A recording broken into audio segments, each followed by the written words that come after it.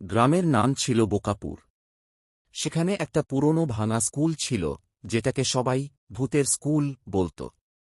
লোকজন বলত রাতে নাকি সেখানে ভূত পড়াশোনা করে। কিন্তু আশ্চর্যের কথা, কেউ কোনোদিন ভয়ে মারা যায়নি, শুধু মাঝে মধ্যে অদ্ভুত ঘটনা ঘটত। বাবলু নামের এক অলস ছেলে ঠিক করল সে রাতে ওই স্কুলে যাবে। তার উদ্দেশ্য একটাই, ভূত দেখলে ভিডিও বানিয়ে ইউটিউবে ছাড়বে।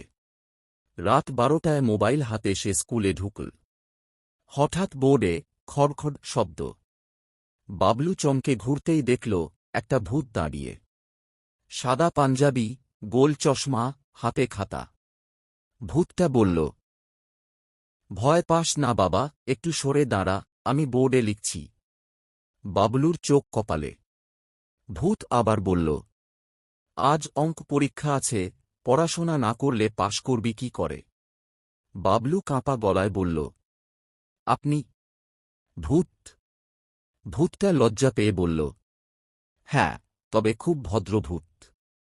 কাউকে ভয় দেখাই না, শুধু পড়াতে ভালোবাসি। ঠিক তখনই আরেকটা ভূত ঢুকল, হাতে বেত। সে চেঁচিয়ে বলল, এই যে,